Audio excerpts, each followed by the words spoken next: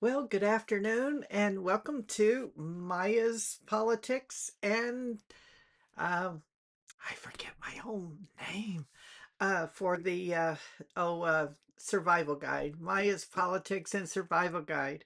I have to get used to that now that I changed it to that.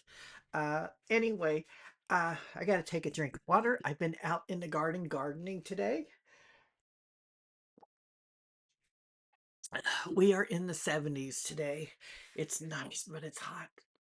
Uh, well, anyway, I uh, I want to talk to you, America, about surviving 2026 and thereafter. One of the things that a lot of people uh, really didn't understand or grew up knowing is the Great Depression cooking era and how people survived during the Great Depression.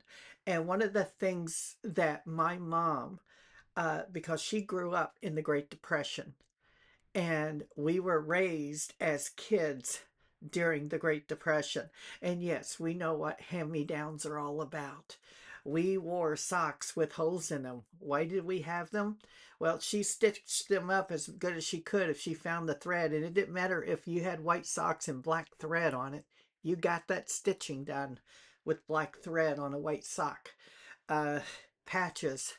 Oh, she sold patches on our clothes like you wouldn't believe. But but a lot of times people don't realize all the things that the people had to go through during the Great Depression in America. And it wasn't just America, it was global. It was all around the world. It affected everybody. Now, my mom used to make my favorite dish, and my favorite, oh, my favorite are peas. I love green peas. I love green butter peas. I love peas with cheese sauce, melted cheese on them. Oh, they are just so delectable. And I'll tell you, the one of the things in the Great Depression era were peas and noodles. And my mom made that. And a lot of times she couldn't afford to buy noodles. So she made homemade noodles by hand. And I remember her taking the rack that she had and she strung the pasta over it. And as she used the dough and kneaded it and everything, and then cut it into thin strips. And then she cut it into smaller strips. And so she did all that. And she made one of the best peas and noodles, or pasta and peas, as they would call it, during the Great Depression era. And she continued making that dish all the way until the day she passed away. And I was still a little kid, well, to her. So, but the thing is, I do miss my mother. She is a beautiful, beautiful woman, and I will never forget anything about her. Your mother is always a part of you, no matter who you are. And but she made pasta and peas with a butter sauce. And you know what? That meal alone, with a glass of milk or a glass of water or a glass of Kool-Aid, which was a treat back then. But and she cut down on the sugar in the Kool-Aid. Most of the time you didn't have a lot of sugar, and you had to be very careful how you used it if you did have it. And so Kool-Aid wasn't overly sweetened like it is today in the marketplace. And I would say it was pretty much she used a quarter of the amount of sugar in Kool-Aid. She really didn't use hardly any sugar in it. And she put ice in it, and she would, if she was lucky enough to get some orange slices or lemon slices and stuff like that, she would throw that in there too. And, and to give it a better flavor. Uh, well, anyway, the noodles and peas, or the peas and noodles, pasta noodles, just good. Easy to make at home. You can get frozen peas, you can get pasta. And I recently discovered Rayo's pasta, which is homemade pasta. And I don't think I'll ever go back. Rayo's pasta is one of the best pastas that I've had. My husband, he noticed the difference. I noticed the difference. And I'm also learning it's getting harder to find them in the grocery stores. I just accidentally came across them at Walmart in, that's about 30 miles away from where I live. I live in a rural area, and they were tucked away in a corner, and there wasn't a lot. And I thought, well, at the price of these, I might as well just grab them all up, and I did. Well, I went back to Walmart to get some more, and guess what? They didn't have them. I asked the lady if they would be getting them back in. They said they don't know. They said we're supposed to get a truck coming in about 2 weeks, but they're not really sure if it's 2 weeks. It could be 3 weeks. So, but cooking during the Great Depression era, I want to get back to. There are so many good recipes for cooking in the Great Depression uh, that people had to live and survive on. There are so many things that people did, and um, I will talk more about other recipes other than pasta and peas or peas and pasta, buttered noodles and stuff like that with tuna fish. Um, there's just so much you can do with pastas and peas. One of the things my mom did is that she would find a can of tuna, and back then tuna was really tuna, I think. I don't think the tuna we get in the cans today is. I question whether or not if it's real. It doesn't seem to have the same texture or flavor to it. But from time to time, with the pasta and peas dish, she would use cheese or turn it into butter, noodles, and stuff like that, and peas. And she would throw in a can of tuna after she strained it and everything. Uh, she would lightly salt and lightly pepper it. And that was it. And there would be a huge bowl on the table. And I grew up in a large family. Large. Not a lot of people have large families like we did. And, but I tell you, we survived. I was so sick and tired of getting the hand me down clothes. I hated it. And my mom and my grandma, God bless both of them, they were actually able to make clothes for us. They would not go out and buy off the rack merchandise because it was too expensive. They would find materials that people were selling on the street corners, vendors, businesses that had gone out of business that were selling them pennies on the dollar, a whole roll of materials where you can make pants or you can make a dress or a shirt out of, and she would get the sewing goods as well. The threads, the needles, uh, all of that stuff. And, she did a lot of that. And even though it wasn't evened out exactly the way it was supposed to be, we were very blessed and happy to have those clothes because we had something to wear to keep us warm. Hand-me-down jackets, I got lots of those during the cold months. I didn't like it because I didn't feel that it was all mine because somebody else had worn it for so many years. But now, you know, those days are gone. The Great Depression era has passed, and now we seem to be coming back into the second Great Depression era. I firmly believe that we have started at the beginning of the Great Depression part two in America, and not just America, but it will be global as well. And so I go to thrift stores. I do all sorts of shopping, but I don't shop to shop. And I know a lot of people don't understand that concept. I shop only to get what I need. I don't get what I want. I get what I need. And what I need is warm clothes for the winter. What I need is non perishable foods and products that can last 5 to 10 to 15 years down the line. That's what I need. What I need is a stockpile of my coffee because I love coffee. What I need are seeds. I don't want them. I don't want to have to go out and garden and grow food, but I enjoy it.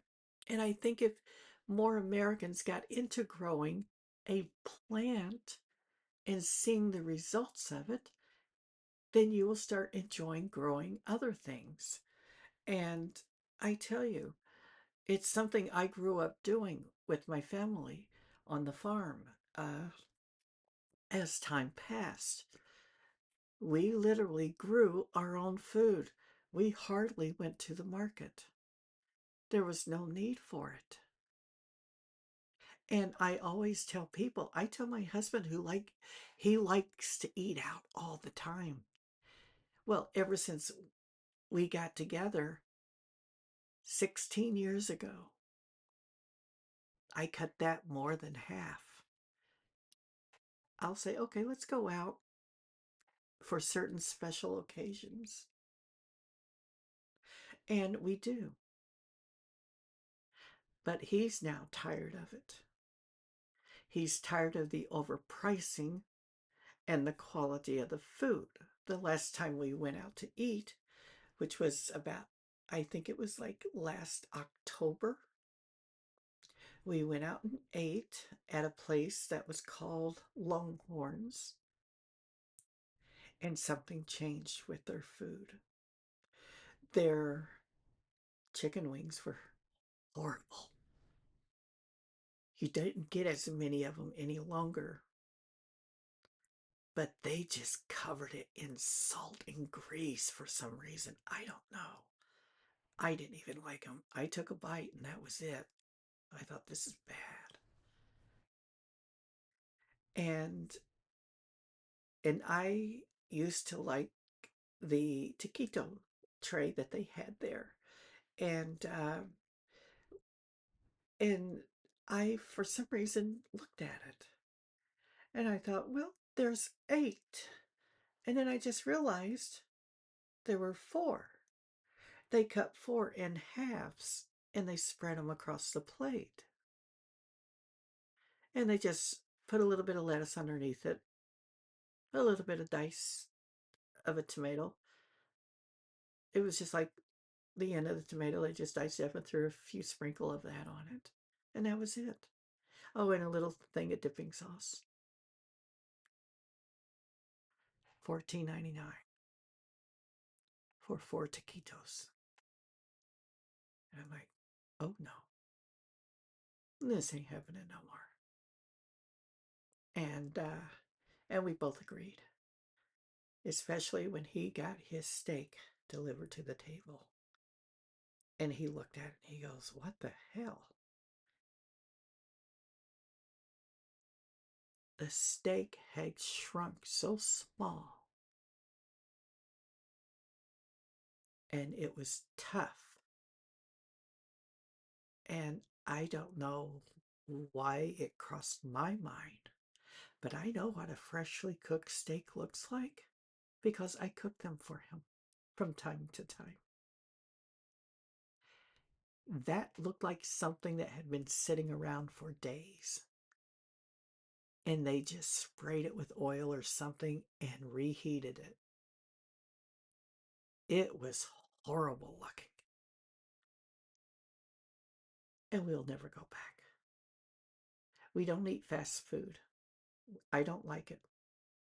And he doesn't care for it either. But the restaurants, the quality of their foods have gone down. And getting back to the Great Depression era of Great Depression meals, well, one of my favorites was the pasta and peas. And they're easy to make. You can Google it and you can look it up how to make it. It's so simple to do. and you will enjoy it. It is a comfort food, and you can bake some biscuits. Did you know it's so easy to bake biscuits? You don't have to buy them pre-made. You can literally bake them from using the flour that you have at home and adding a few ingredients. And just bake them in a toaster oven, or you can bake them in a convection oven. You can even bake them in a air fryer. It's that easy. I know a lot of people love fried chicken, and I'm one of them. I'm one of those southern gals, and I just love fried food, but I don't like the oils that fast food places cook chicken in. So you can take some flour and other spices and mix it up. And you can soak your drumsticks and your chicken wings or your thighs, chicken thighs, in buttermilk overnight. And then you just get a tray and spread out a mixture of flour with spices in it. And you just roll it up in that. And then you lightly spray it with some olive oil or avocado oil and put it in the air fryer for 28 minutes. And it is delicious. It comes out so crunchy, so moist and juicy. And my husband and I, we love it. And when I do it, I just make, and this is another Great Depression era meal too, is I like making fried chicken with honey butter biscuits, a salad, and well, a couple of slices of tomatoes, and that would be a meal. And it is delicious. Now, the honey butter biscuits, I make the biscuits. They're easy to make. And I slice them and I put a little butter and I put a little honey on them. And it just complements everything. But the chicken, the fried chicken, is just delicious and so moist and so easy to make. And I think a lot of people need to learn recipes, how to cook at home, instead of throwing money away at fast food places that just give you nothing but garbage food, processed food that you don't even know what's in them. This is why our children are so obese today. This is why a lot of people have health problems. Instead of drinking soda, drink lemonade. Lemonade is easy to make at home with fresh lemons. There are so many alternatives than to drink soda. Water is good. Milk is delicious. I drink milk every morning. I drink a small glass of milk every day. I think all women should. But saying that Great Depression era cooking is not as bad as people thought it was. Yes, the times were hard and people struggled. And if you were lucky enough to have some pasta and peas, butter, or even a can of tuna, you had a delicious comfort meal back in the day. So please click like, subscribe, and I hope to see you guys visiting my channel, leaving comments, and I'd be more than happy to answer any questions that you have for me. And I hope you do share my videos because I think it is really time for all of America people to start pulling together. I do. I've said very harsh things about MAGA, And I do have regrets in doing that. I'm still not happy with them. But I think the people need to come together. I think the people need to overthrow our government through the voting system. I think it's time for the people to take back their country from this corrupt regime that we have in the White House. This is our country, and I firmly believe that we are in the beginning stages of another Great Depression. And we all need to conserve, we all need to learn how to survive. And it's going to be very tough for a lot of people. God bless all of you. Bye bye.